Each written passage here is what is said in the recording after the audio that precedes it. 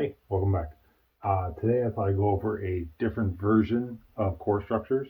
Um, so last video we talked about using honeycomb or Nomex core.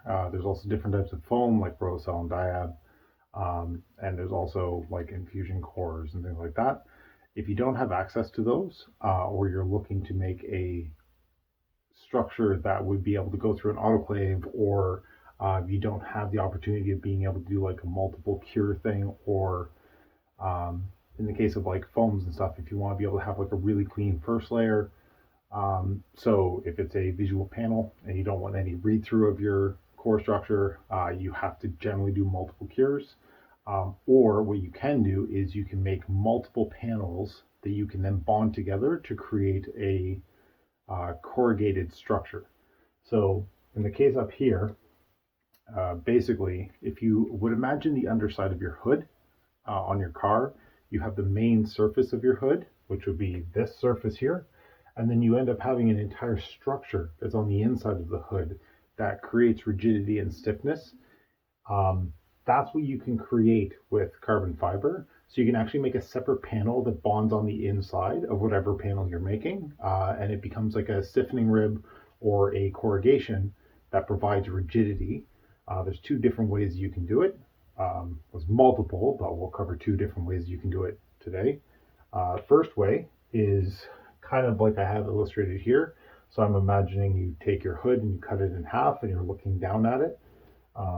This would be what you would end up seeing. You would see the metal structure of your hood, then you see the metal structure of your hood inner, and then they are usually either welded or bonded together to create one structure.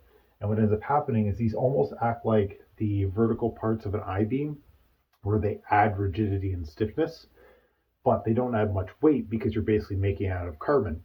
So your body panel could be, or whatever panel you're making, could be, 1.5, maybe 2 millimeters thick. And then you basically just create the same structure underneath. So 1.5, 2 millimeters thick, and then you bond them together. And now you have a rigid structure. So it solves the same purpose that a core structure would do, where you'd end up having honeycomb or foam. It solves the same purpose. You can make them separately or you can make them at the same time, and then you bond them together afterwards. It follows the same idea of corrugated cardboard. Corrugated cardboard is basically heavy duty paper, but because of the way it's created and the way that the internal structure goes, it actually adds a lot of rigidity to it. So you can package boxes and they survive long travels and international shipments. It's the same sort of thing. You can actually, if you have two large panels that you're putting together for, let's say it's a structural membrane of whatever you're working on, you can actually make a full corrugation that goes from one side to the other, one end to the other, and you just bond them together on the tops and the bottoms between the two panels, and you basically are creating corrugated cardboard, but it's a corrugated panel for composites. This is, again, a great way. If you can't get access to core, you can just create a panel, or if you don't have the ability to be able to